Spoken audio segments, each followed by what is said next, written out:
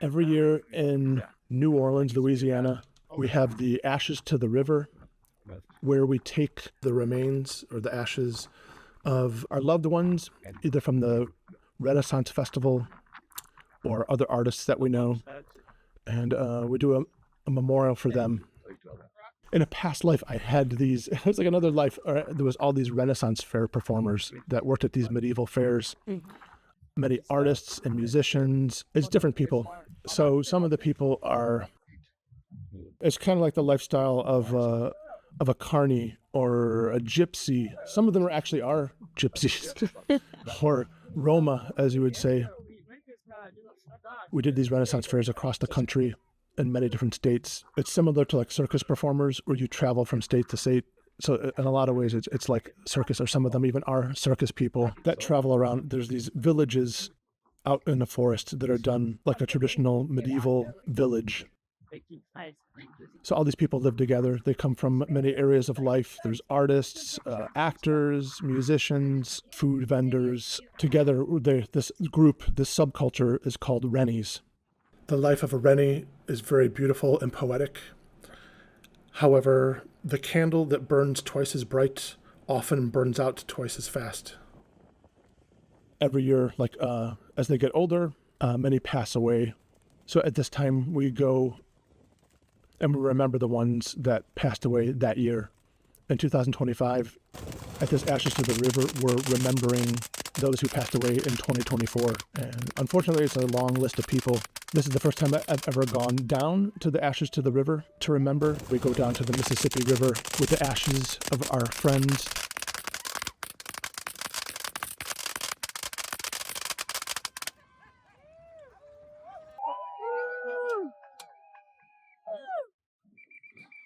I can't do it.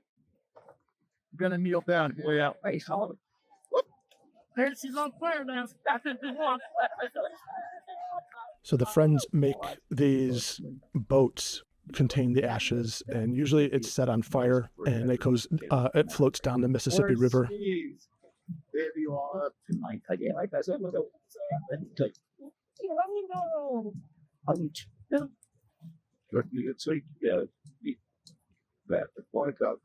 My friend Kevin made one out of a juggling pin because he was a great juggler. They were the Flaming Idiots. His partner John passed away in 2024, and he made this a memorial of him. I'm sorry, honey. So John the juggler, his ashes are actually in that juggling pin. That's what you're saying? There might be part of his ashes in there. Oh, and there you see the juggling pin. Yeah. I looked up into it. Oh, good for us. Go for the Abbey Fire Road.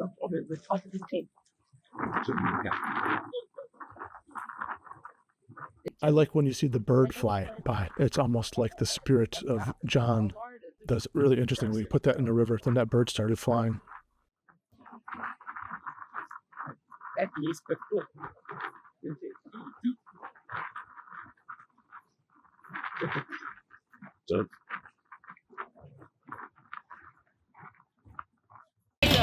In the front, you're my flag boy.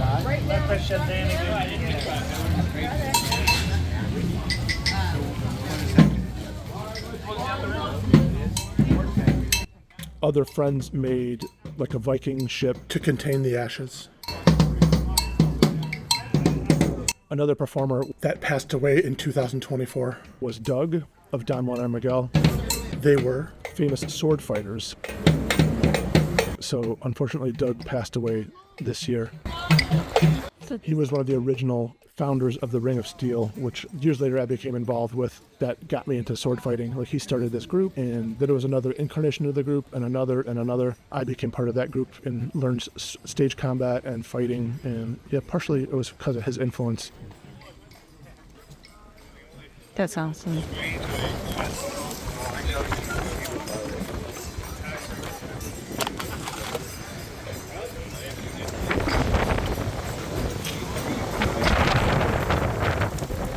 So now we're seeing this is earlier on where the group starts the march to the ashes to the river.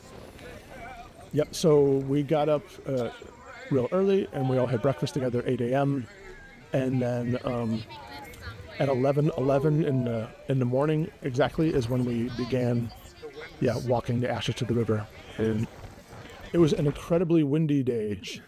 It's going to go down as the windiest ashes to the river in history.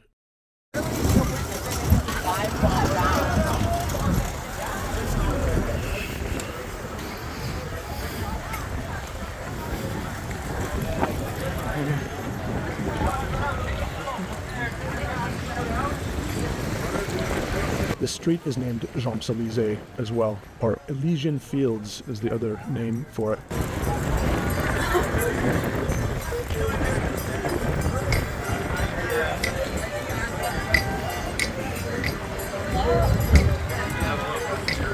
That's Dr. Michael Dvorak. Hit click in the sticks.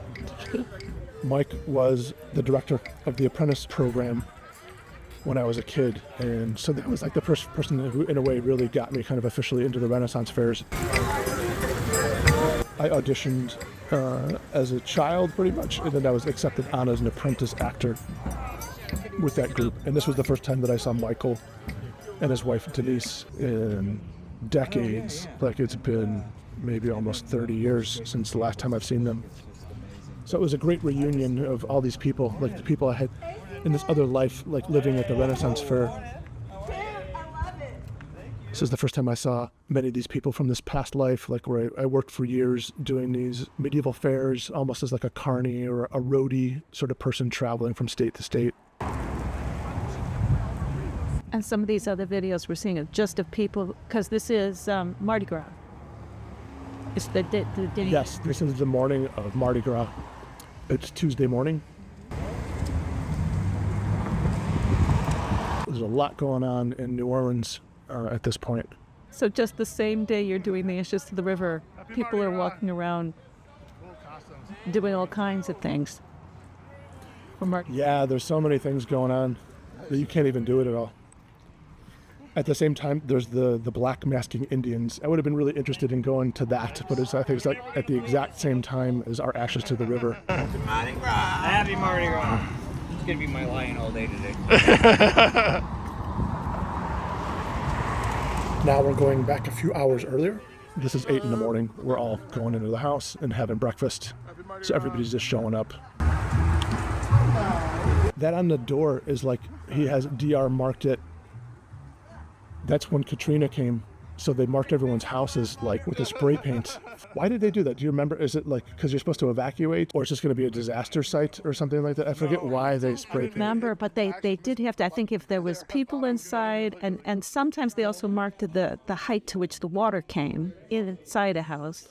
So it's cool. DR left that on his door because it's as a historical thing for Katrina. And DR's the guy with the purple beard, right? Nice to meet you, Bob. Welcome. Happy Mardi Gras. Yes. Yep. Walking away back there.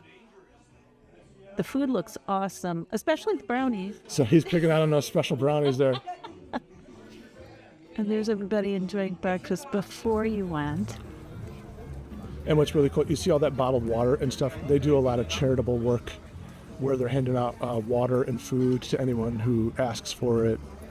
They have adult diapers for the homeless and too. This is a little incontinence sort of thing. So the house is full of things that they donate to the homeless, the hungry, and the poor.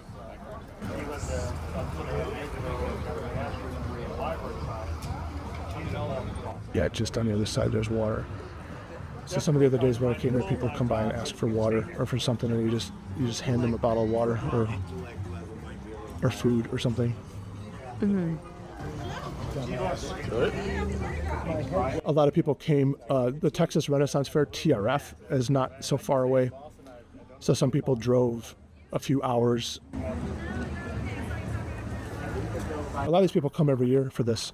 So Texas Renaissance Fair is going on, and then they did the long haul. They drove out here, and then they spend a few days remembering our friends and then partying. Oops, sorry.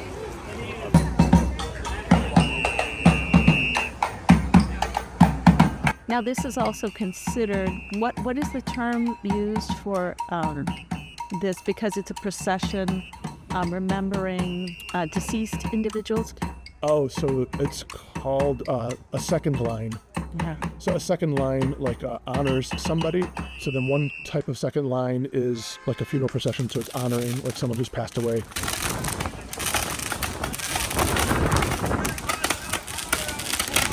So then we have a long list of people who passed away the previous year. So we're honoring all these people. I don't even know how many people were on the list. And a good chunk of them are people from the Renaissance Fair. So not everyone on the list was a Reny, but they're at least known by a Reny or one of these musicians or artists.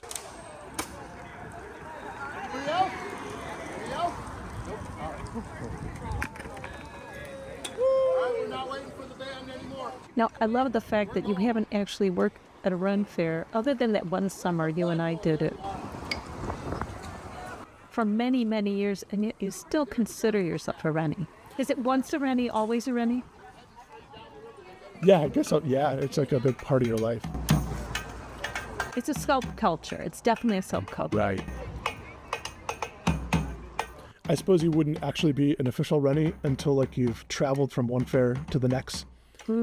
If you just do one fair, you're like a weekend warrior or whatever. If you're just like a local and you come there and you work the season for a few weeks and go home, you're not a Reny yet, like until you've gone on to the next show and as like a roadie. You know, it's like the Deadheads follow the Grateful Dead around. A Ren Fair person is similar to that. Wow, how long did you do that?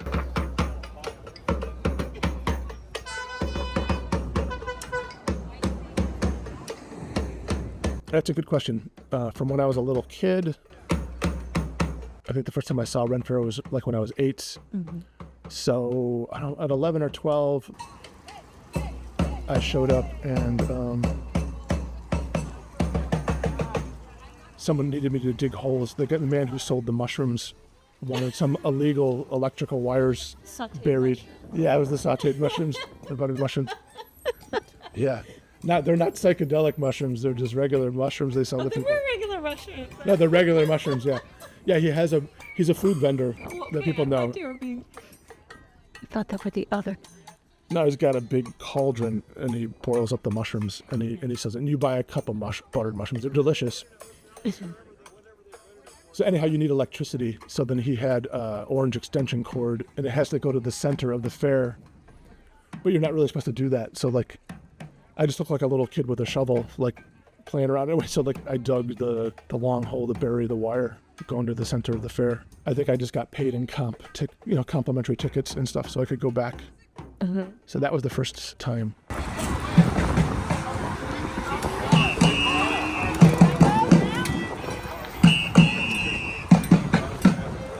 And then I became an apprentice. So then I was an apprentice for maybe 4 years. Oh, wow. But the first year of being an apprentice, I was traded off to be a squire. Squire for who? Squire for the jousters, for the knights. Yeah, for Rick Alvarez. And they were great employers, right? You know, I guess I'm not going to badmouth them right now. Like, yeah, they don't pay you anything. Like, you know, like you don't get... I probably like this is commemorating the dead and like. I'm sorry, honey. Yeah, the mini Mardi Gras. So Bishop Graham died a few years back. So in a way, I don't know. This is a love. Need to pay your performers. I'm sorry. Yeah, that's all right. No.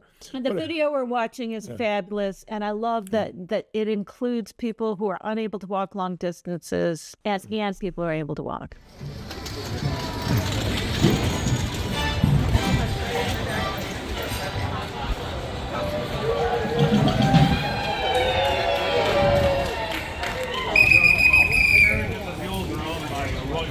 So then after being a squire, I played a Brit. 1 year at the Renaissance Fair, it was the Olympics, and I was a British person. I did like some Shakespearean acting. And then finally, with the Ring of Steel and the sword play, then I was hired as a guard. And some of that is like thanks to Doug. Of like Don Juan and Miguel, like they were such an influence with the sword fighting. Then you think you're getting away from it, And I immediately came back and did a lot of construction work, and I was a gamer. A gamer, what's that? They have authentic medieval type games. There's many, many kinds, like you push like a carousel, or you're throwing axes or throwing knives. Jacob's Ladder, right? Where you walked in that rope. Right. So that's like a balancing act where it's like a rope ladder that flips around.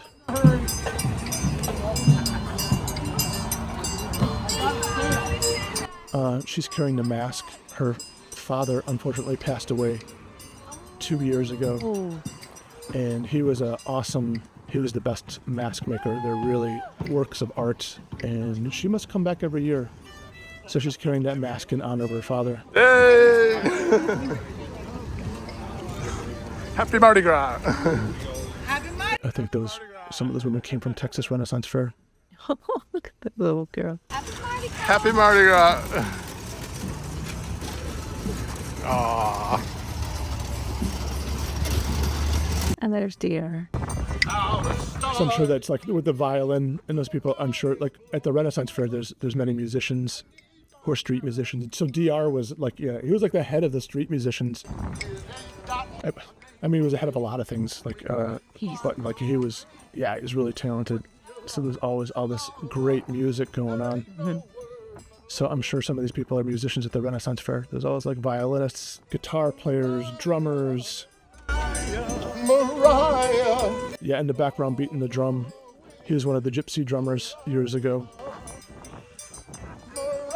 All very talented people that play different instruments, and they have amazing costumes people. It was like, I was told it was mandatory to be in costume. So the bar was like, oh man, where am I going to get, like I used to own like lots of authentic costuming with just amazing costumes. So like, yeah, you could see these women have great costumes to wear.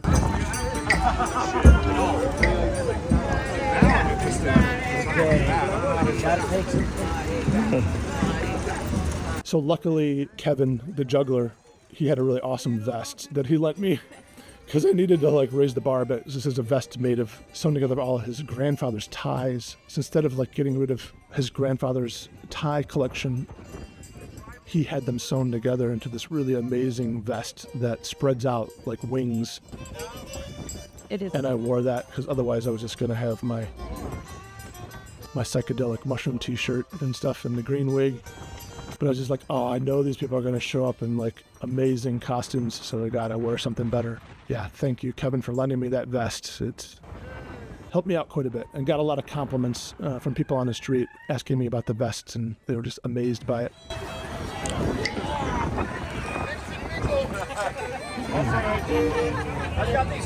There's my boss, Michael. Where? Dvorak. Oh, he just walked away. He was like crunching down, like playing the sticks. Nah. Something that I think is interesting about the Ren fairs is it was totally different when there were no patrons there. Like the music would continue. You guys would jam because there's so many musicians. Right. Yeah, so people just had a love for that with the music and everything. So, I mean, during the day there was music and everything. And then the day would, like on Sunday, they'd make a big drum jam, you know, with all the drummers. Even I had a drum, a Doonbeck, and I'd be hitting the drum. Mm-hmm. Then you'd get cleaned up, and then that night, like, it'd be partying all night. You know, it was like, you know, rock and roll kind of lifestyle. Then you had your own parties for yourself, and those were the most amazing parties, were the ones that we had in the forest for ourselves. Yeah, I'll just never forget those parties and those songs and the musicians. Just such a great experience growing up.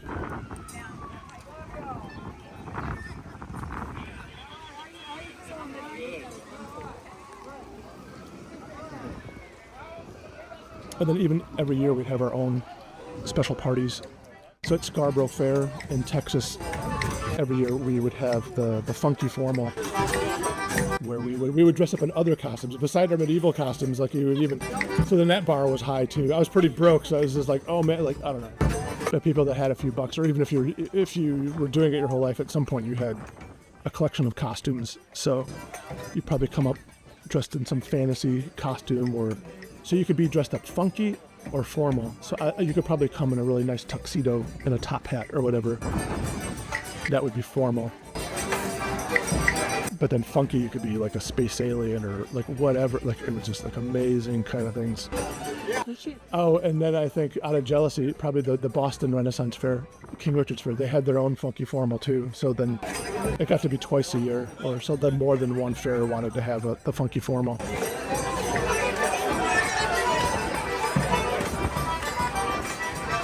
There would be a weenie roast. So DR and Ray Nelson, the King, and Brother Donald and people. They were trying to help us because we were pretty broke, the performers. So then they would do like a weenie roast. Mm-hmm. They were the scurrilous monks. So if you were really a generous type of person, they would kind of spot it. They might ask you to join the scurrilous monks, and then you would help put on these events, feeding people. Like they would have the weenie roast, and everyone would have the hot dogs. Mm-hmm. And then there would be like a hot dog eating contest, like how many hot dogs you could eat.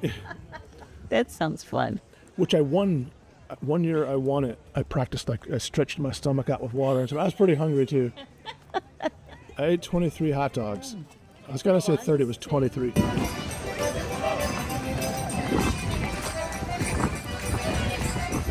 Yeah, you have to eat the buns. There's rules. It has to be with because people would like tear the ends of the buns off or whatever, like to the size of the hot dog or something like. But no, you had to eat the bun and the hot dog. But you had most of the day to try to eat all that. Oh. But then when you're getting down to it too, then you need someone's watching you, because if you go to the restroom, you might vomit it all up. Terrible. You didn't win anything. You just got the prestige of winning the weenie roast, winning the hot dog eating contest. It wasn't like you won money or anything, but.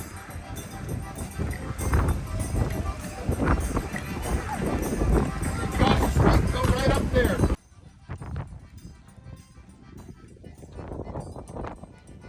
There's DRs in charge. Now, didn't you have to get some kind of license for this? Did you say? I never asked him personally. I looked it up online, and you're supposed to get permission and get a permit for it. But he's lived there most of his life, so I don't know if he has to do that. Or they're a charitable organization, so I don't know. I have no idea. Maybe it's waived if you're a charity or something too. Otherwise, it might be $200-300. There's your friend. That's Kevin. Kevin. Yeah.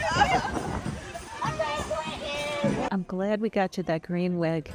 At least you went down with that. I'm glad you got the vest. So I mentioned being a gamer before. Yes, being a gamer. So another, a derogatory term for a gamer is a push monkey. The game moguls didn't use that too much, but all the other gamers did. Push monkey. Because the rides aren't, they're supposed to be authentic.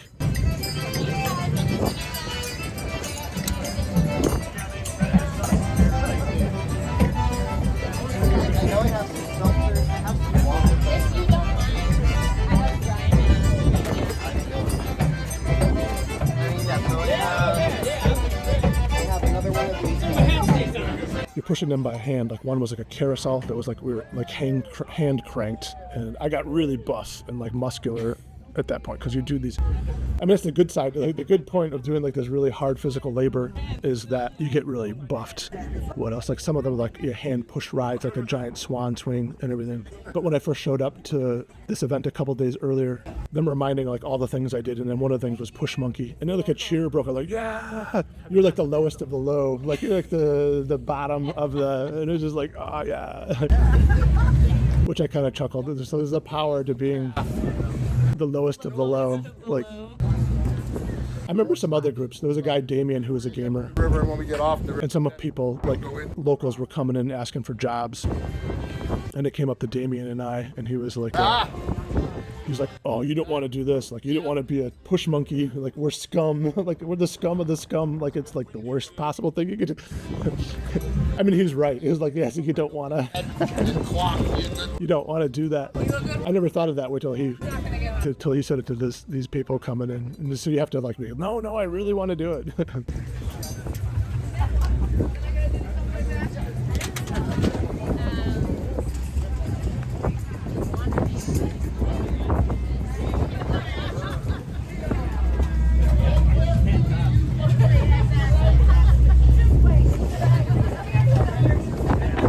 so interesting. You've lived so many lives. You were digging post holes, Right. and then you were a As gamer. all these Rennies, I look at these Rennies and I think like, ooh, like they relate to in so many ways. Like they must feel like they're 1,000 years old. Like there's the Ren Fair life. Yeah. But then you have many lives, like, like Michael has a doctorate. So they have like And you've got a PhD. their life in like education or being a director or just you're like a jack of all trades with things. So yeah, I see these people and like it's just like, oh, they've really lived, and like in so many ways. I mean, besides being a Rennie, you're an artist, you're a musician, you're a parent, you have a relationship, or whatever it is you do on the side to survive and get through it.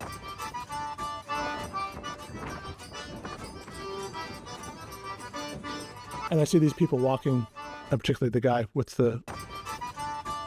wearing a white jacket with the tie-dye colors, that they're still alive. Like, I think like, wow, so many have passed away. And I think of that with the ashes of the river. It's just a massive amount I've lost track of how many friends that have passed away too soon. So when I'm with this group going with the ashes of the river, I'm just amazed. Like, whenever I see people, like, wow, you're still alive. Like, you're still here. You're just so happy to see anybody yet living. They defied all the odds. And like, your life expectancy isn't really long. You could think like a circus performer, like, there's accidents or it's just harsh living. Uh-huh. And you don't really live to be a ripe old age as a Renaissance fair performer who travels across the country. Thankfully, there's a few here that are getting to be a ripe old age, and then that really makes me happy. It's like, oh, I'm just so glad you're alive still.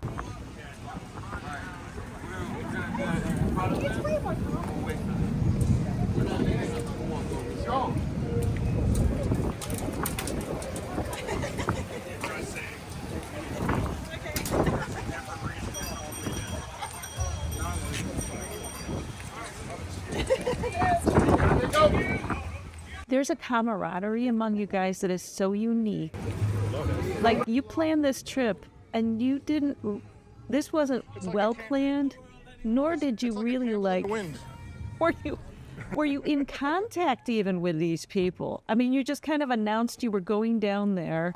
You reached out to DR and you're just welcomed with open arms because you are a Rennie.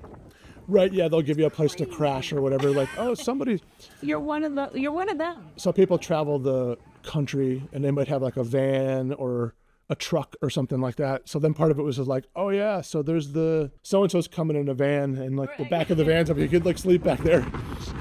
And I turned that down, but this other Stephanie slept in the back of the van.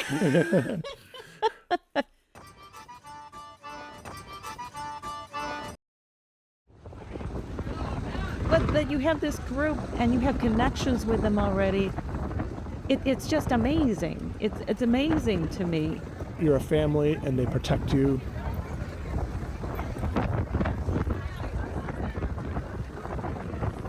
And they're there for you, you trust one another. So yeah, there's a lot more loyalty and love with Rennies than I would say like a Carney or some of those other groups. Like, not that like Carnies are bad. I'm sure there's like a lot of good stuff going on there, but we don't really have some of the shady stuff that's going on with Carnies. Right.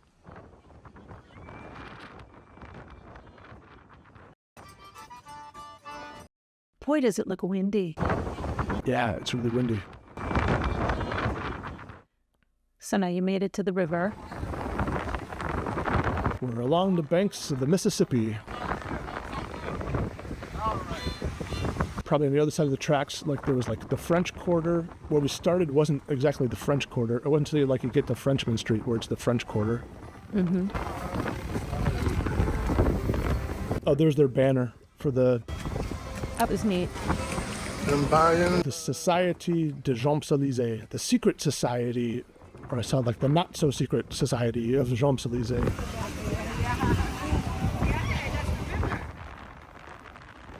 That's a streetcar. Is it named Desire? The streetcar named Desire goes down Desire Street. Here, this one's going along. I was calling them trolleys, but then that's not the correct term. Like, They do call them streetcars. yeah, they're called streetcars. To me, like I think of like that they're trolleys because I'm thinking of San Francisco. I think other groups take the ashes of their loved ones down to the river.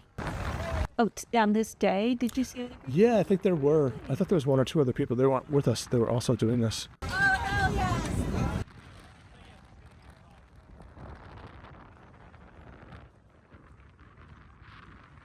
Oh, wow. There is some really crazy costumes. Yeah, amazing Just you can costumes. see on the side.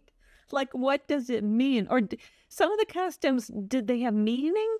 Like the one where she had the doll heads, did they have meaning? Or it's just... Yeah, over her breasts is like, sort of like I'm sure it's like baby, like my baby, like. So And stuff is puns, or you have to be very literate. Like I'm sure, like if you're literate, you could like pick out a lot of things.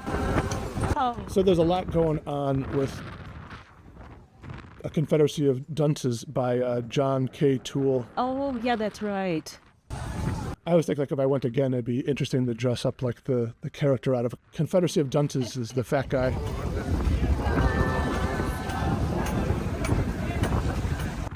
Get my green cap. Ignatius. Ignatius, right. Although I have to admit, I like Diarra's top hat. We made it down to the Mississippi River, but we just observed that there's a very large group that's coming in, and they're going to block us from access down to the stairs to the river unless we hurry up really, really quickly and get into that spot before they do.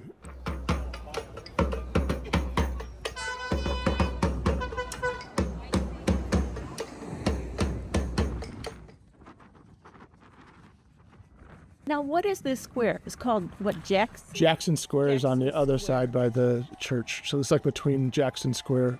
And this is just people gathered there on Mardi Gras Day. Yeah, it's another group. DR knew them too. Oh. We were thinking they were all going to run down these steps. And we thought like, oh, we better get in there so we can do our thing. We're here, people. Bring it on in. So that's Michael Dvorak. I think he was my boss for several years. Great boss too. Yeah, like he was tops. Out of all the bosses I've had out of the Renaissance Fringe, I would say he's number one. He remembered me. I worked hard and then he remembered it. Like, sometimes you work and then people don't appreciate it or know what you're doing. Like he noticed it. I really wish I had had enough time to speak to each and every person that attended the Ashes to the River. They all have such interesting stories and interesting lives, and to hear the stories of the loved ones that they came here to remember and to honor. He's going to read the names of the deceased. All the tea for claims denied. The river simply flows past and carries the flotsam and jetsam of our land and our lives. Fuck cancer! On cancer! Oh, Fortuna, you capricious sprite!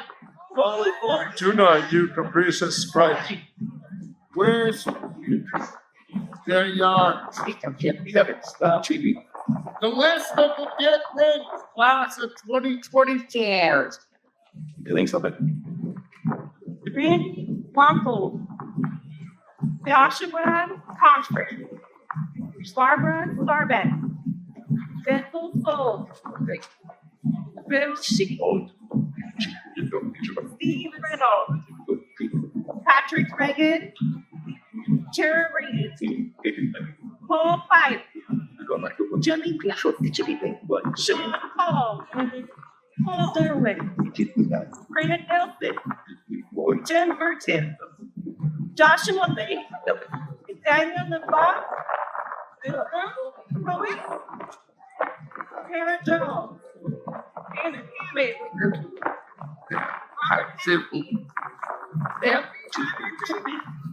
Renata Farmyard.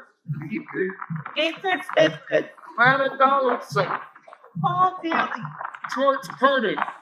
Michael Gregory, Tim Cross. Scott Connolly, Steve Cohen. Patricia Carr, Zachary Bush. Richard Nugent, Larry Bolt. Chad Benman Hoff, Robert Von Brewster. Johnny DeNavo. Dennis Blankenheim is in the fluff. Yeah, I got that. His feathers are in the flood. And where's John O'Connor? Laura Schlickman. Let's get it. If I should die and leave you here a while, be not like others sore undone who keep long vigils by the silent dust and weep. For my sake, turn again to life and smile, nerving thy heart and trembling hand to do something to comfort weaker hearts than thine. Complete these dear unfinished tasks of thine, as I perchance may therein comfort ill. The Reverend Corey Sparks got a few words for us, sir. There's a pastor from the Methodist Church. United Methodist. United Methodist Church. That's this gentleman in the colored suit. The minister is the one wearing the black top hat. It says very touching things, about our departed. Now, you have been to see Mardi Gras in South America, though. Oh, right. So Mardi Gras is just a one day. The whole thing's called Carnival. We're referring to it as Mardi Gras, but it's Carnival. That's right. What's really interesting about this area, I've been to India, and there's the ghats, like the burning ghats. There's the steps that go down into the Ganges River. Yeah. So to me, this reminds me of the burning ghats. Just like India, they have the steps, and then people are doing the funeral and the ashes in the river. Having had that experience, and you were there too, where we went to see the funeral pyres.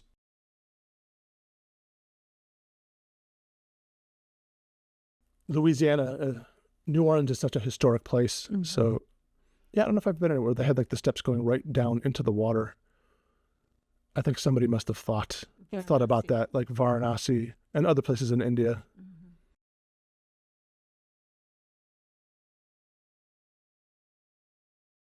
You walk down in the river and you have the ritualistic bathing, or the burning ghats, or what were the other things? What was the things called, like the arti in those performances every night when the sun goes down or at the sunrise. Right. So Right. And at the sunrise. Mm-hmm. And a lot of people are here for spiritual reasons. And some for just for partying, and some to see the whole spectacle of Mardi Gras, I'm sure. I've never been to Mardi Gras in New Orleans. My whole life I thought I'll go down, and I thought I would not like it because it's crowds, it can be touristy, there's just people really wasted and drunk. But I was very, very glad that I did go down. It was incredibly touching and very, very meaningful to me in so many different ways.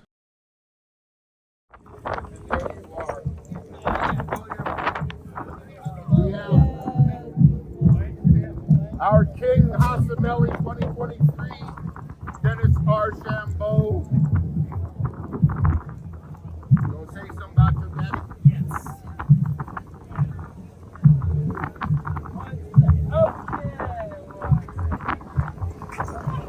Everyone for joining us in this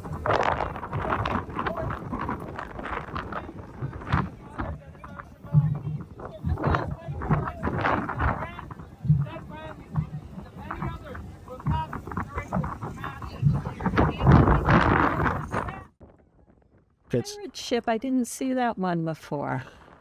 Yeah, it's a Viking ship for his father who had passed away in 2024. That's going to be set on fire. So people spend a lot of time making the small boats. These artists made these incredible things with the memories, and it's just like either like photographs. I'm sure it's all like symbolic things of the memory of that person's life.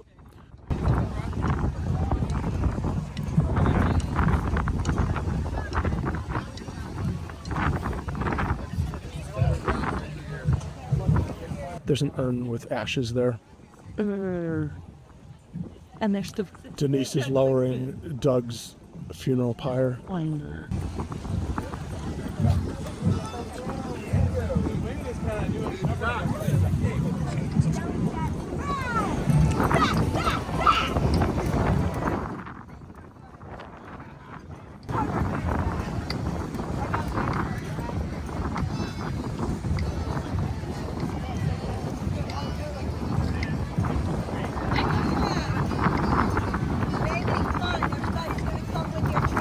They're constructed with the pyrotechnics. They burn really well, but it was so much wind. So in years past, they set these things out, and they blaze up, and it goes down the river. And it was so much so that like the National Guard has the boats out there. So he said a few years ago, the National Guard, it had like a large flame to it, and they followed it as like a security risk. Maybe they might have hit it with the hoses if they thought like, okay, is this going to explode? Is it a bomb? And they followed it till like it went out. Well, leave it to the Rennies. It's someone's ashes plus remembrances and pyrotechnic. So Doug wore that red feather in his cap as Don Juan, as his character. I can't do it. And recently I was looking like in the tarot deck, the Fool wore the red feather, so it's symbolic. Like everything is like so much symbolism. Everything's just so deeply entrenched in symbolism.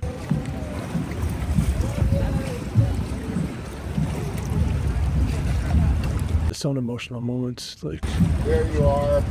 I was impressed. These people know what they're doing. Like when you release your friend into the water, like it goes where it goes. It could drift out to the ocean forever. Like the intention, like, is it's going to drift out to sea forever and not come back. Say goodbye, John. But the wind blew the stuff into another direction. But once you let go, you've let go. Especially the juggling pin went around the corner, and then Kevin said somebody maybe might have thought it was valuable, so they plucked it out of the water and picked it up and looked at it, and like maybe someone would be like, no, put it back, but it's out of your hands at that point. So it was really interesting. This person like picked it up, like looked at it from side to side, like looked it over, was wondering what it was, and you don't do anything because it's out of your hands, like and then. But that person put it back in the water, and it went back on its journey again. So it's kind of like whatever happened. Oh, I love that bird. It's like the spirits or something out of our friend or the Holy Spirit, whatever you would think of when a bird comes down at that point. But I'm just always thinking of symbolic things.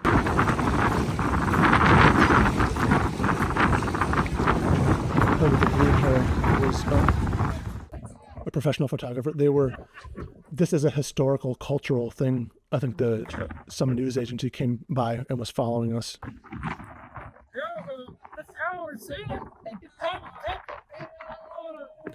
It's amazing how much work they put into these.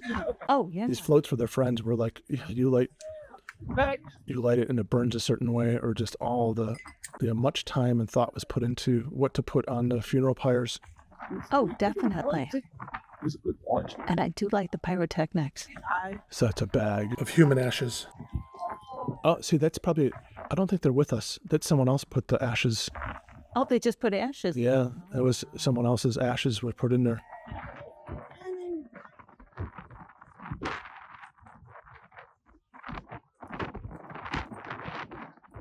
And even this, what happens, like the ashes didn't go, like it was blown by the wind. It's out of your control. When you let go, the wind can take the ashes and they just blow on the winds. Blow my kiss.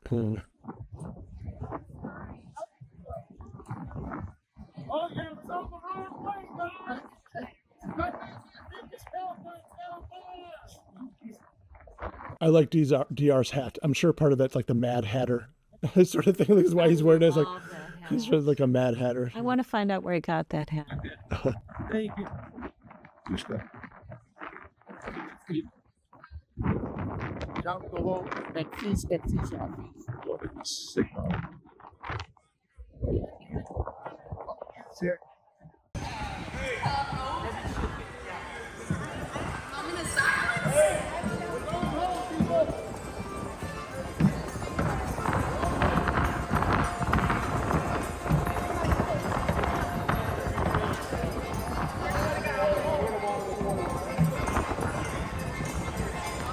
A lot of love going on. Oh, you were saying too. So I was talking about how I did not necessarily want to attend Mardi Gras because the crowds and like the debauchery and just like drunken people on the street. You end up in crowds all the time, but you don't really like crowds. So I was correct with part of that too. Like there was one woman, she probably had a few drinks and she slipped on some beads and cracked her head and was knocked unconscious. And I started doing CPR until other people came and took over with the CPR. So,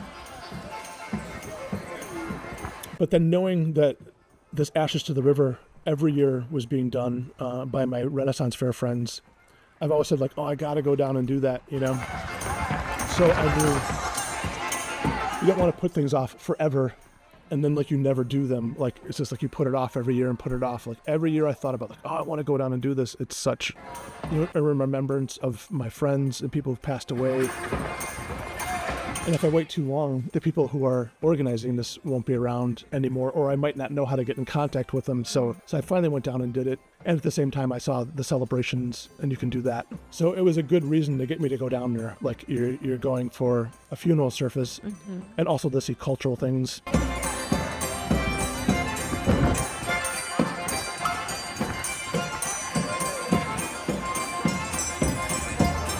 So if someone was thinking of attending there and they're like me and they don't want to, like, oh, there's drunken people, there's people on drugs, there's plenty of other reasons to go down there. There's, like, so much history and culture. There's the black masking Indians with, like, their beadwork and their just incredible costumes that they work on for an entire year just to show off on the one day.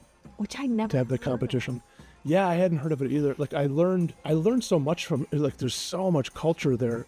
And I learned so many things that I had, you know, that you hear reference to that I'd never heard of before.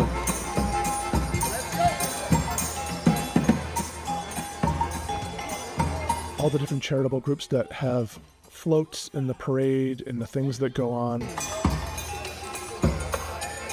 And you can't even see it all in one year. Like, you know, I was just go, and I saw so much, but I would have to go back again and again to see these different groups. Like, the Zulu warriors come down here. not the Zulu warriors from Africa, but the group, the native Right. Zulu warriors. Some maybe, I mean, they're loosely based on that. Like, there's the Druids. There's the Druid group, you know, which Oh, really? I have friends that are real Druids. It's really the religion. So then I think the people that are in that do the floats, they're part of a crew. So there's something called a crew, Krewe, which is like a crew. And, you know, you might be a charitable organization, or different ones are really elite and hard to get into. So what is a crew? They're the different groups that organize floats within a parade? Or they... I'd have to look up the precise, like, I'm going to give like a total, like the definition is probably not 100%. So there's hundreds of crews. So there's the Druids. I forget all the names. So, like, yeah, when you go to see the parades, there's this parade after parade, like, oh, this crew did. So I wonder if it's a crew, like, there's a crew of lawyers, and then there's like 12 floats that, like, the law association is, the That's bar gotta be a association is putting boring up. float. Yeah, right. But not because. So some of it, I think their lives are, whatever they do is so boring. So then this is the exciting thing that they do. So then they're partying, and it's not boring. It's like pretty wild, actually. So maybe that's how they let loose. Yeah, like school teachers. Oh, that's neat. Muses is a crew, and they're the ones that hand out the slippers. So you go there and you know, they throw beads from the floats as they go by and goodies and different things, but then they might have like a special thing. So their special thing was like almost like the ruby slipper or whatever, and you can get like a really incredible slipper. Didn't you get King Arthur's challenge? Yeah, right. So I was into the King Arthur crew, or whatever that crew. I'm not saying it right. Like, DR like knows everybody, and he knows every place and all these locations. He's like, okay, and the King Arthur crew, you go on the neutral side of the. Yeah, right. There's like all this terminology, and then yell out these names. So then they handed me the Holy Grail. There's a street preacher. Another thing, there was a lot of street preachers, which I'm not opposed to. Yeah, they're all over the place. Unless they're not representing Christ well. They're not. So there's a lot to be said with that. You know, the Society of de Champs-Élysées, so they're affiliated with this the Methodist group. is one group, and so they had the preacher speaking there. I have to say, like, knowing about Christianity, there's I don't think people are aware of this. If you go there, like, you might be annoyed by all the street preachers, and some of them are annoying, and some of them are wrong. You know, like, there's probably like the Westboro Baptist Church, like there's dark. So it's unfortunate that the bad groups are there. There's definitely bad Christian groups there that are like spouting hate and everything. Jennifer!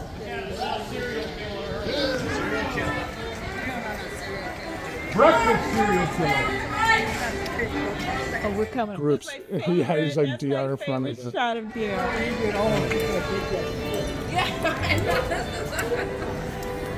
I love that picture. Can we get you a pedicure?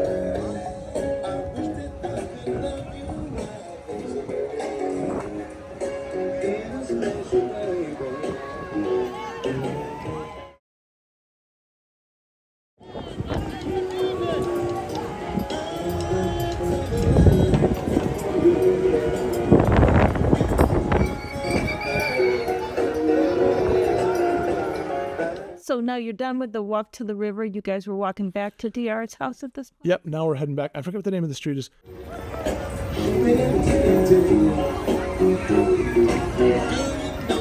Oh, so just in front of them is the Café du Monde, would be like on the right-hand side of the road over there. Oh, they have some famous dish, right? Café du Monde? Yeah, what's that? Chicory is the stuff you drink, and beignets are the sweets.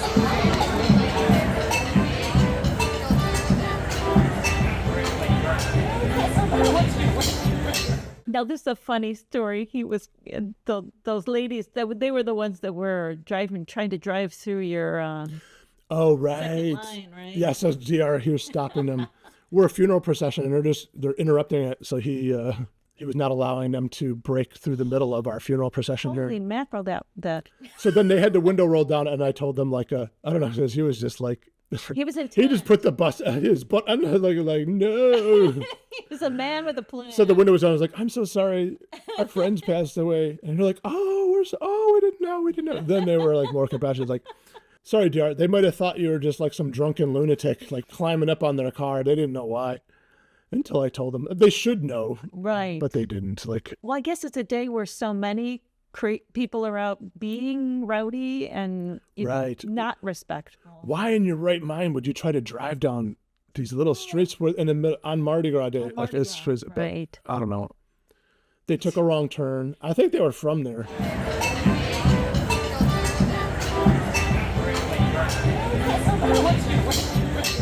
No, why was he doing this with the exploding sword? Is that a tradition of something? Yeah, so he's saying like, make way, we're coming through. So a lot of times at the parades, like they have people sometimes on either side, and they'll like walk with ropes and they'll keep people back so you can make way. Oh, that's why so there was purpose in that. There's a lot of purpose and meaning in this, actually.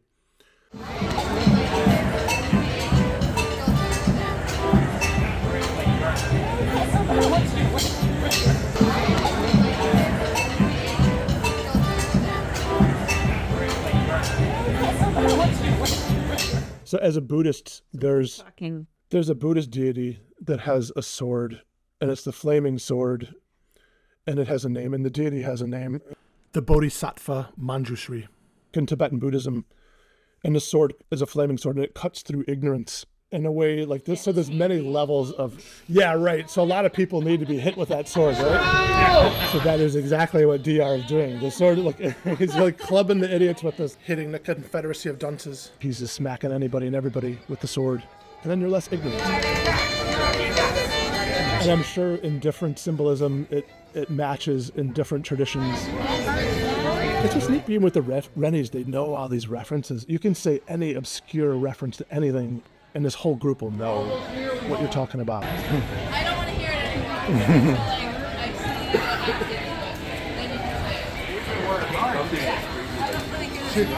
She's looking for anybody to help her. No.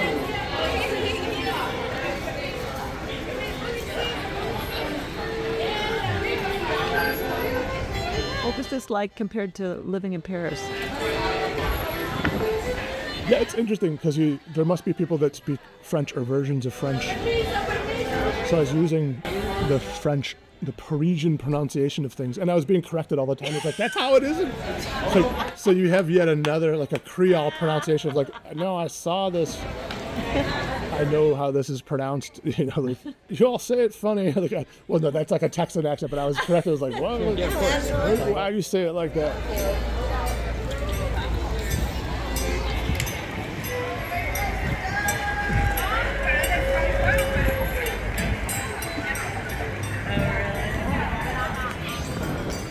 I'm not paranoid. There are people following.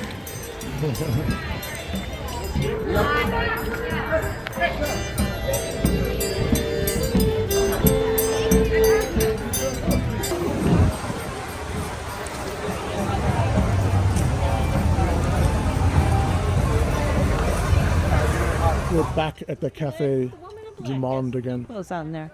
Oh, she walked by. Yeah. Sexy Wexy. I wonder who she was. Yeah, I wonder who that friend.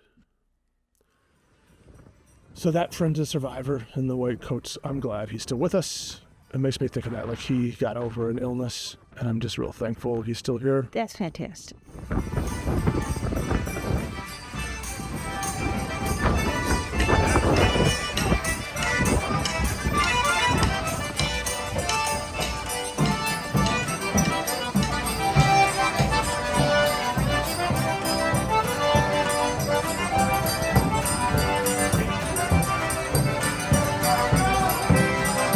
These side streets, there's like Royal Streets, Canal Streets, Frenchman Street, like, and all these come up in the book of A Confederacy of Dunces.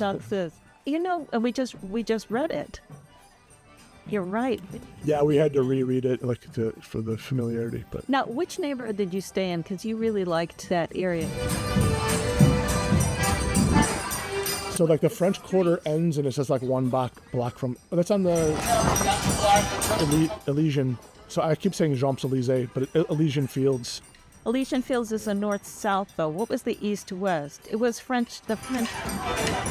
I mean, it's not far from the river. It's like the Mississippi River and like just the other side of the railroad tracks from that. So you didn't stay in the area where kind of like it's more well-known for Mardi Gras, like Bourbon Street. You didn't stay in that area, kind of. I mean, like in a 10-minute walk, like Bourbon goes almost all the way down to this. But like Bourbon and Canal Street is like where it starts. And so like so Kevin and I a lot of times we would walk up and down Bourbon Street and it would take us like a half hour walking down that comes all the way back. And by the time you get all the way to this end, like it doesn't go all the way through. But by the time you get almost all the way back to like Elysian Fields, like there's nothing going on Bourbon. It's just like kind of, there's no one on the streets. Oh, you get to that Smith's, what was the blacksmith? Yeah, that blacksmith. Yeah, there was the blacksmith pub. Is the oldest pub in the United States, I think. Is it in the U.S.? Yeah, it's definitely. Yeah, it's probably in the United States. So that would be like the last thing that would be going on like Bourbon Street. On the way back, and then there would be nothing. But I like the area I was staying in, and the other near like Frenchman Street. It was really even better than what's going on by Canal Street. Is more trendy and a ton more. So there's like less people. It's like more artists and like more real people. I think in that part of town. It's near Bywater.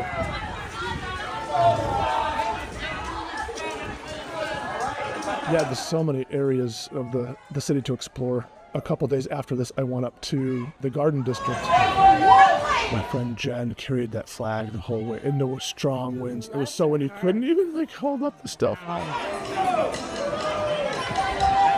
Oh, are those ties? Those are ties also, I think, as his... was he the guy that had the tie? Kevin? Yeah, he lent me the vest. Was he wearing more ties? No, I think the ties form the basis of his overalls. The strands on his overalls. So there was more to the costume. Like, he told me, like, he was trying to convince me, so I had the tie vest. So he was going to, like, put another tie as, like, a bandana around your head, and I can't remember. There was a bunch of other ways of doing it. And then and then have a tie around your neck. I didn't do the whole thing. I should have. It would have been cool. But it was so hard, like, dealing with the wind and everything that was going on. Thank you for the Crazy assortment of costumes. It's so overwhelming. There's so much going on.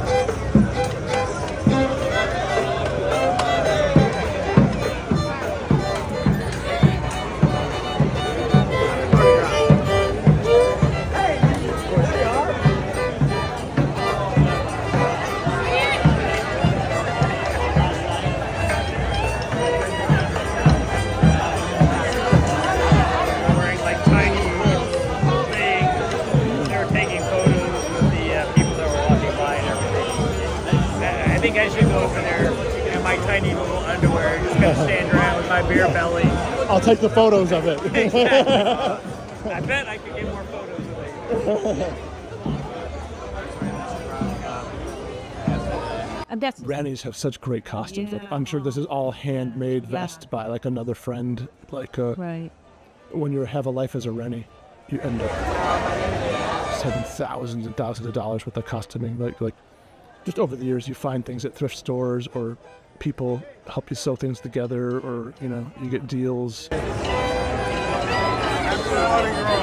Oh, this costume's amazing. Like this is the stained glass. Talking about costumes, like. Yes. So it's like this is one of the coolest costumes I saw.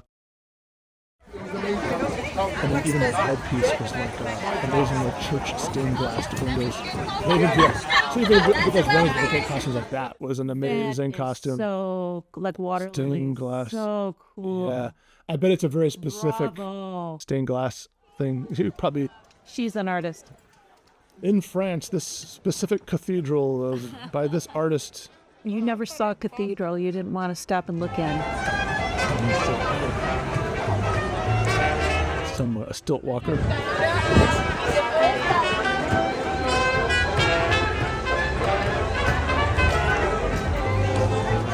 Let's do it!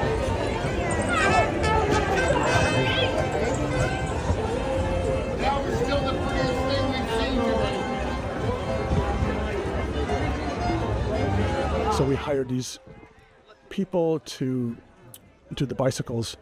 Yeah, that's awesome. So others. And we were thinking like, oh, thank you. And they're like, oh, this is easy. Like, Really?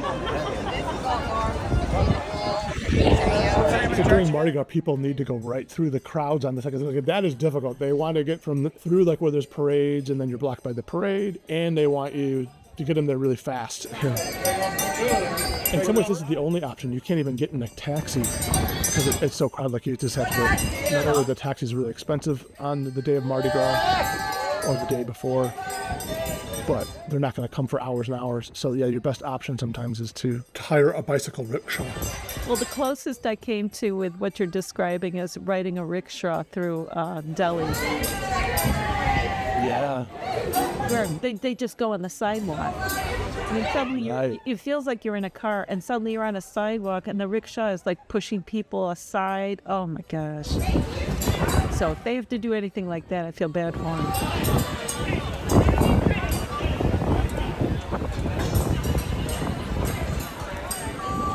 So run people, they'll have like multiple costumes for their job that are like historical or fantasy wise. They'll probably have another selection of costumes that they're going to take to Mardi Gras if they come here every year. Another one for the funky formal, like, I'm sure they got like something. Another one for Halloween, like you can't just wear the. You would think like you have like your very expensive medieval Renaissance fair costume. You would think like that's just what they would wear to all occasions, but no, there's like a standard. You have to. DR, where did you get this hand knit? That's awesome. Like it was just all hand crocheted overall. Like, yeah. He has some amazing costumes. I've never seen that one. This was my first year at the Ashes to the River, and I had asked DR, what we're doing and everything. So we're just commemorating the people who passed away from the year before. Because to me, there's so many of the people from the Renaissance Fair from years past. So I was thinking of so many other friends who've passed on. There was a man who played the king, Ray Nelson. My friend Christopher Wunsch, who always played the villain at many different Renaissance fairs. A friend that played an elf who was named Gordon, and I mean, literally I could name 100 people. So in some ways, since this was my first Ashes to the River, I was thinking of them as I went down there, but they wouldn't add, he read the name of the list of the departed as just from that year. Uh-huh. And yeah, that's overwhelming. It's just, there's way too many names. I don't know if you read 100 names off of the list, but they were on my mind. All the other friends that are not with us anymore, friends and loved ones, and just amazing people. Alien. DR was like, I'm not paranoid. There really are people following me.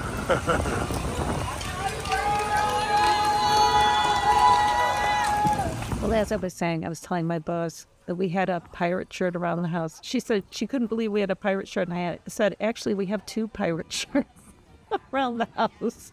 But that's because we've moved so much.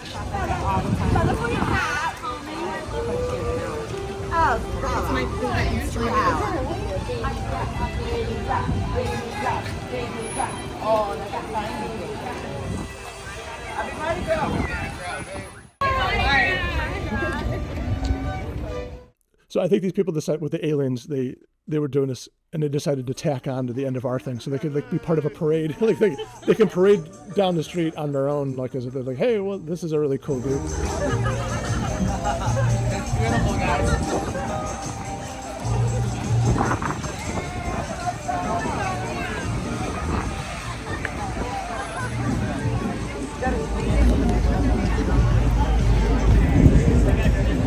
So it's giant puppets. The wind is so strong, she gets blown away right here, and I catch her. She's gonna take off. We rounded a corner.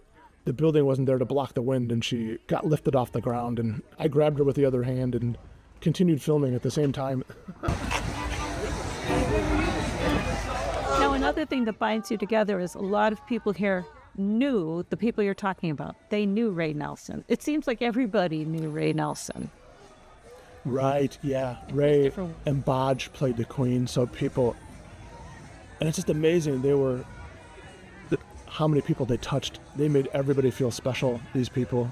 Everybody knew them, and they just changed so many lives. So even if you know somebody from a Renaissance fair, I've never done any of the Renaissance fairs in California, Pleasure Fair, or these, but then you just start saying, who you know and who they know, or what year or whatever. Everyone is like, oh yeah, I know who you are.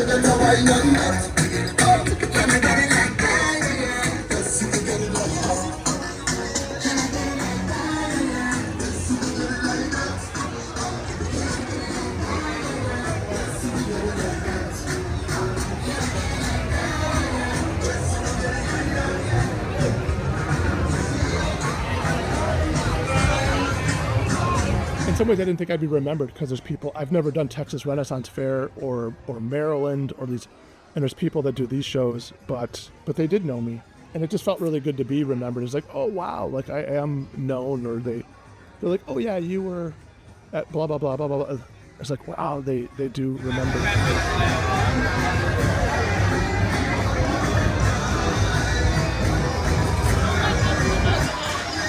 A lot of people who knew me passed away, so there are still remaining people. And for some of these people, you were just a boy. It must have been interesting for them to see you as a grown man with a salt and pepper beard. As DR said too, when I told him, when I would say my memories, he's like, oh, that was a rare time, so that was really special. In that early stuff is really unique. The people, us who experienced that in the 80s was really the height of the medieval fairs, and just I guess everyone thinks of the past as being better, but it was just really such an incredible time. More the hippies were still alive, and just the experiences. I'm sure it's not the same. They probably don't want people living on site at the Renaissance fairs anymore. We camped behind. There's people living in the booths. And I just camped in a tent in the forest for like years behind the Renaissance Fair. And you probably have to pay for it or something. So it's just very different than it was. So to experience that time period way back when, like, yeah, she's getting blown away again. Oh. Is that like Ghostbusters? What? Oh no, he's giving drinks. He's He's giving- probably alcohol on his back. He's pouring drinks for people. Like the kids on St. Patrick's Day in Chicago with the gallons of.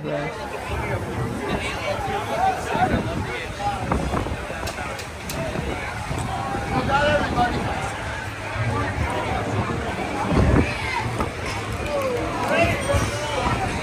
With this car going I don't know. There's Mark. I'll go. So this on Frenchman Street, this and like what's behind us, those were the best parties for the whole thing. Like I'd rather be here than like on Bourbon Street. Like every night I ended up here. Every kid in New Orleans like belongs to the marching band and stuff, and they play. It's a real popular thing. So that I think that to make money, they go stand in a corner and they play a tuba and trumpets, and that was just really real. And then you're jamming out. It's very real. It's kind of cool. Those costumes. Yeah. It's like Halloween, but everyone's dressed up. And we've been out for Halloween where just a few people are dressed. Everyone's dressed up. That song, Every Day is Halloween. Oh, look with the cane. So the bicyclists use a cane. I didn't notice that before to push. That's how they're going to get through crowd. He's probably tapping people on. He's got a 8-foot cane, and you get a tap on the shoulder and they come through. I didn't even notice that. I didn't notice that. That's where I was hanging out a lot on Frenchman Street. Right around here? Yeah, back I panned down that way. So like further, just a block down. There's like all these jazz clubs, just popping my head into the jazz clubs. And with the Ren Fair people, there's somebody who knows that person.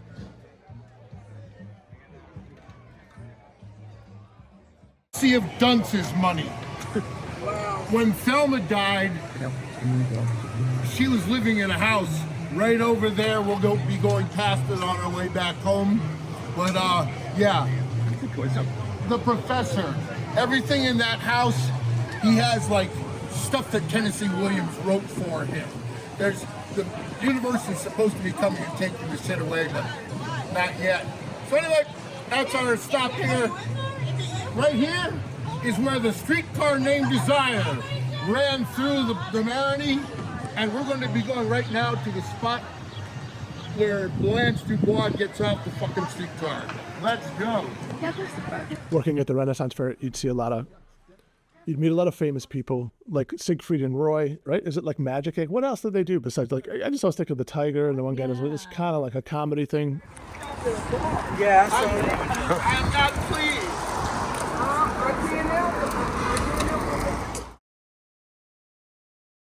They tore down their beautiful house, which pissed her off.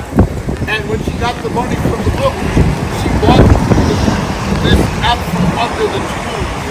Because she's a new farm and did not appreciate them. And cut them out of all royalties. So that's Thelma's house. Spite House? So a spite house would be like if you're mad at your neighbor, you kind of do some piece of crap house to spite them, get your revenge on them. Like you might have some little small piece of land and you build something and it's a piece of junk in spite of them.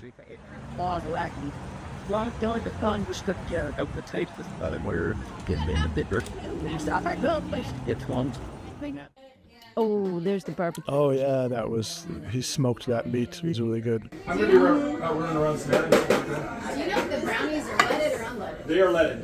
The ones back on the back of the, The ones on the table? yeah, the ones back towards the back. Another 40 years. Yeah, Julie Louise Dreyfus's husband ate mud at one time in his life. The DR just mentioned the name of one of the mud beggars. I don't know how long they were a mud beggar. Julia Louis Dreyfus's husband, Brad Hall, was apparently a mud beggar. Yeah, maybe it was a mud beggar. Other famous people, like Jim Belushi was king of King Richard's Fair, like for a couple weekends right before. Super John Belushi. Jim. Yeah, I would wrongly say, like over the years I was saying it was John Belushi, so it wasn't John Belushi, it's Jim Belushi. Right. Who himself was becoming famous. I have to dance if we were here. Oh yeah, this is this is back. This is where I was saying on French. This is where I was dancing here. I don't usually dance, and I started dancing here Yeah, this at night. Like yeah. So I was like 11 at night to like 1 in the morning. Like I was here dancing. That place there, they have all the hot dogs with the crazy, like the crawfish hot dog, like reindeer hot dog, like all these crazy meats. Yeah, with the blue and yellow. The blue and yellow. Behind me is like some famous, it says like famous fried chicken. Were the hot dogs good? Yeah, I think I kept track. Like some of the flavors were like, I didn't really like the crawfish one. I think like the reindeer one was good. Like some of the funky ones were like, oh, that one was good, and that one was terrible. They got like the traditional Vienna beef hot dog.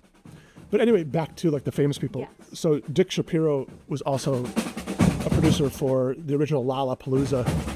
So the Lollapalooza people would come around a lot. Like, so in Arizona, I saw like Stevie Nicks would come to the Renaissance Fair. But other times, like Steven Tyler was always at the one like out by Boston. Liv Tyler. I saw Liv Tyler when she was a kid. All his kids were there, so like Liv was there, and they were, as a gamer, they were playing games and stuff like that. Oh, how cool. I have to say, Steven Tyler was really cool. He was just really nice to the Rennies, and he would talk to anybody and hang out, take a photo with you. So at night you might be at some bar, like having a beer with Steven Tyler or whatever. And I can't even tell you, so many famous people. Rage Against the Machine, like one of those members was a Rennie. Jimmy Carter came to the Ren Fair in the 80s. Yeah. Gotta say that. I was doing a public relations gig in the park for the Renaissance Fair with my friend and with the swords, and Mayor Washington, Harold Washington, came up the street and we shook his hand. The security guys were freaking out because we had swords, so my friend was like, throw the swords down. So we chucked the swords in the bushes and we went and shook the Harold Washington hand.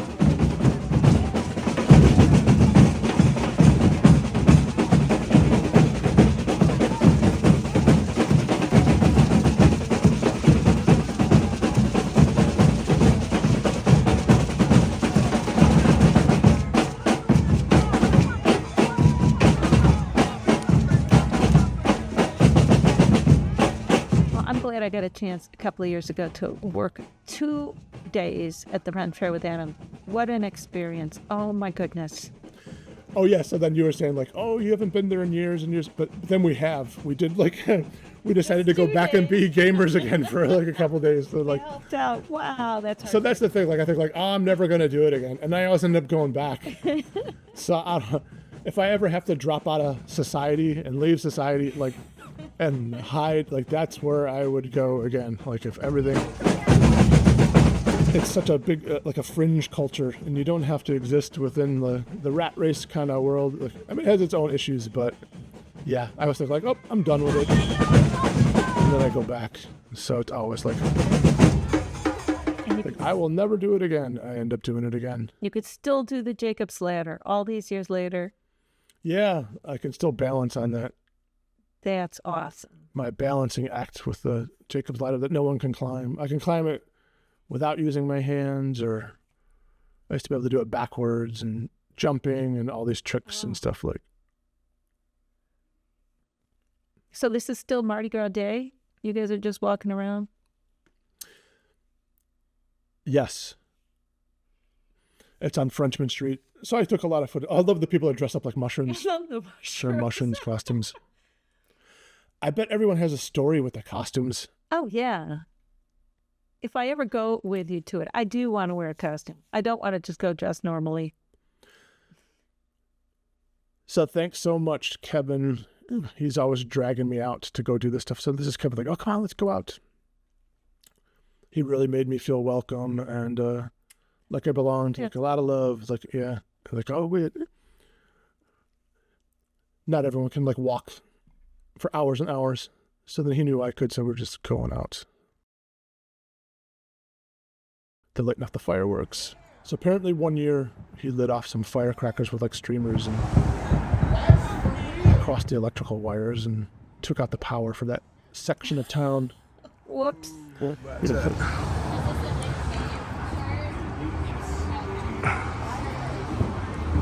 Oh, there's more.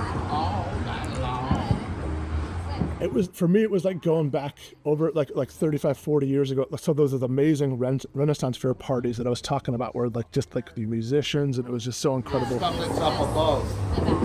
So then I was just back in time to like that period, like oh, I'm back at one of those really cool parties with like my family and stuff like that. So it was exiting this world and being put in another dimension. What scene? I watch her. Okay. Hare Krishna. Hare Rama. Krishna Krishna. Hey, Gary? Who is that? Yeah. You know I'll me. see you tomorrow. Oh yeah. Okay, nice to see you. Hey. You just went Guida. down there not really knowing anybody, and the next thing I know, you're I remember her as a kid. She was glad I remembered her it's off. as a gypsy singer. I mean, a gypsy dancer, and like back when she was paid basically zero. Oh, goodness. She ended up getting a more lucrative business going with the Renaissance Fair, probably selling costumes.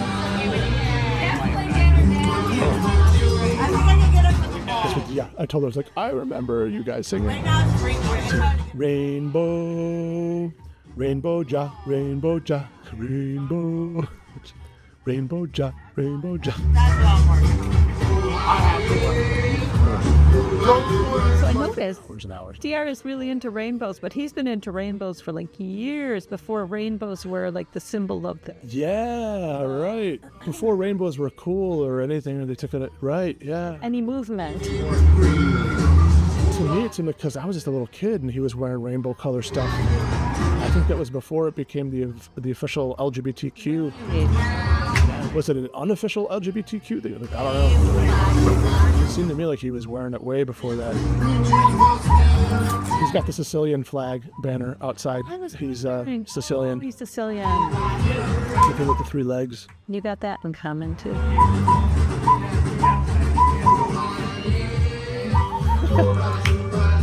So even Kevin, like, he had that cool outfit, and then had another, like, the coat and tails, kind of like, and he just got like bags full of costumes. So Stephanie had even more, like every day was, or twice a day.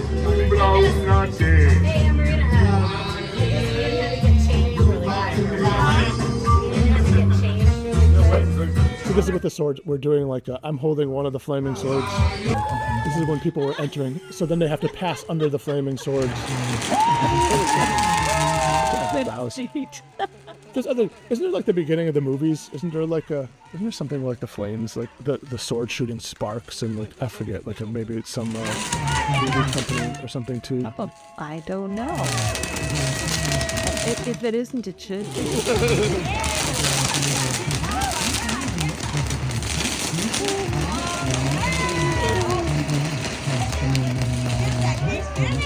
Oh, they shot the streamers off. Oh.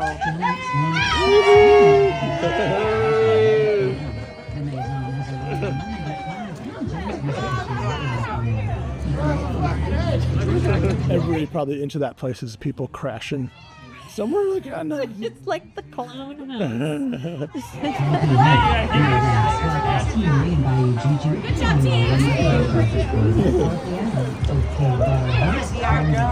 Don't get hit by a car, DR. DR, put some shoes on. So the area between the street, I think, is called the neutral ground. So they're giving me directions, like on which side of the parade to be on. Like, be on the neutral side. Like, what's the neutral side? Like, oh, so neutral is like that divide of grass in between. Whereas Frenchman and Town Valley, the New Orleans Jazz Vipers at Mardi, Orange Plaza presents the 39th annual Mardi Gras celebration with Big Sam's Funky Nation. Grassaholics, Flow Tribe. If you've been here, does anyone have a glue gun? Have you ever made your costume on Monday night?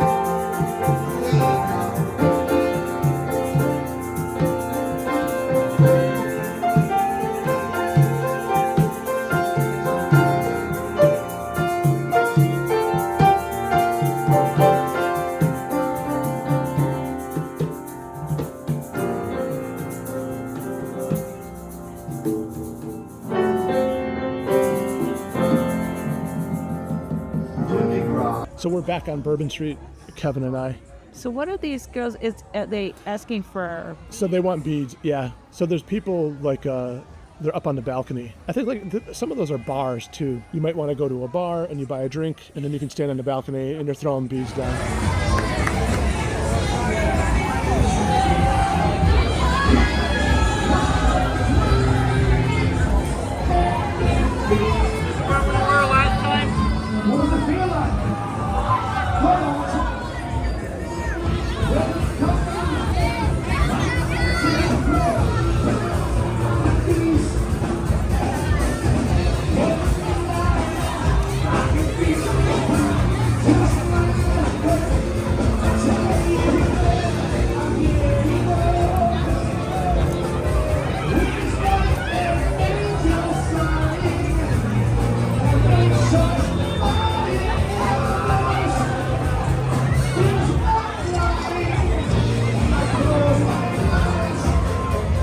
You're trying to grab that prize kind of thing. I thought Kevin was going to hit it because he's like one of the best jugglers in the world. He could put a ball like right through that thing.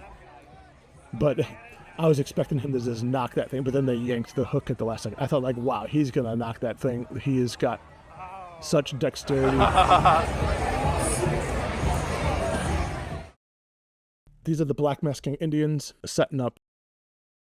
So this was, this might have been like Mardi Gras day or that morning, like 8 in the morning when we went over there. That's so fine. we kept trying to track down the Black Masking Indians.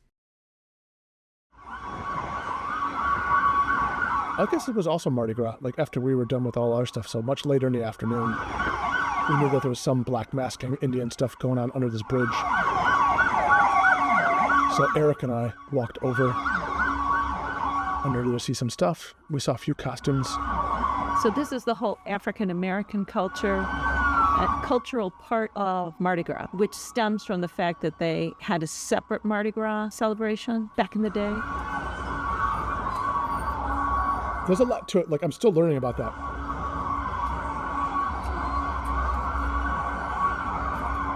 I think the police didn't want them there, so they just blared the sirens as loud as they could to make it impossible to stand there. It was like eardrum shattering levels of police sirens. We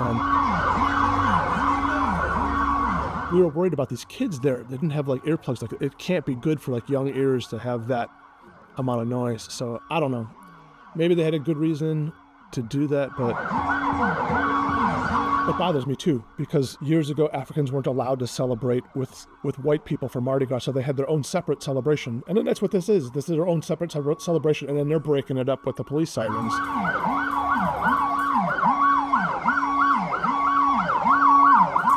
All that time, like on the beadwork, is just amazing. Yeah.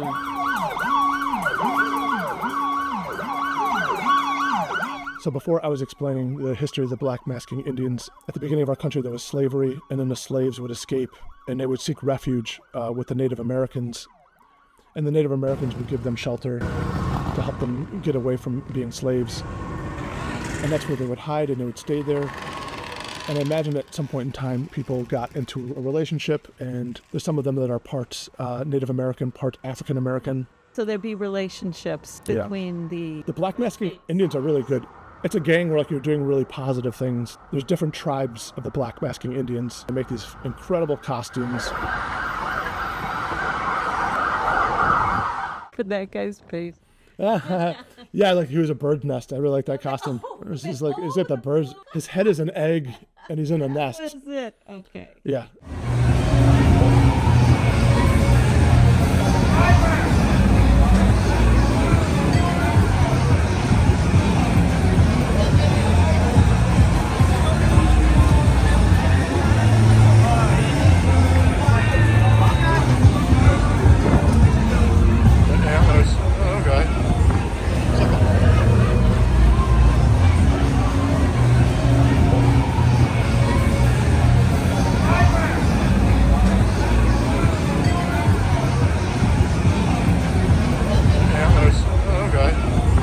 It's like an altar. Willie's famous chicken You ended up there a lot of nights. It's in front of Willie's Chicken. I should have went. I never went in there and ate the chicken. I was looking for the best chicken all over. So obviously that wasn't the best place, but I should have had a piece of chicken there. If you catch fire, it's not my fault.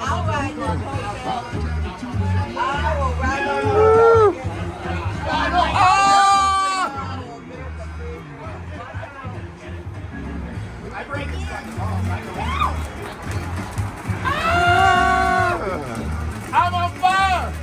I'm on fire!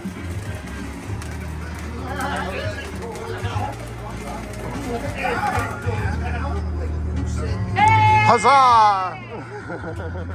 No mosquitoes! This was the windiest Ashes to the River ever in history. Parish in southeastern Louisiana. Tornado! At 5:45 p.m. Central Standard Time. 20 minutes. At 5:18 p.m. Central Standard Time. It's like a different county, huh? Producing a tornado was located over Gramercy, Ordinary Reserve, moving northeast at 50 miles per hour. Not just a warning. Hazard, tornado. Tornado watch. No, there is a tornado. Okay. Flying debris will be dangerous to those caught without shelter. Mobile homes will be damaged or destroyed. Damage to roofs, windows, and vehicles will occur. Tree damage is likely. This dangerous storm will be near Garyville, LaPlace, and Reserve around 5:25 p.m. Central Standard Time. Garyville and LaPlace. This includes the following interstates. Interstate 10 in Louisiana between mile markers 191 and 212. There's the water that we donate. Louisiana between mile markers 1 and 17. Take cover now. Move to a basement floor and interior room on the lowest floor of a sturdy building. Avoid windows. If you are outdoors, in a mobile home, or in a vehicle, move to the closest substantial shelter and protect yourself from flying debris. Repeating, a tornado warning has been issued until 5:45 p.m. Central Standard Time for the following parishes in Louisiana. That the skies got darker and darker and greener and... So all in all, honey, a good experience, a good commemoration of the lives of... It was great, yeah. Renys. Great memories to last a lifetime. I'm so glad I went, and I would definitely go back. I would think of joining the crew of the Society of des Champs-Élysées. You can go online, you can join. Wonderful. A big thanks to DR for being such a great tour guide and host, right? Yes.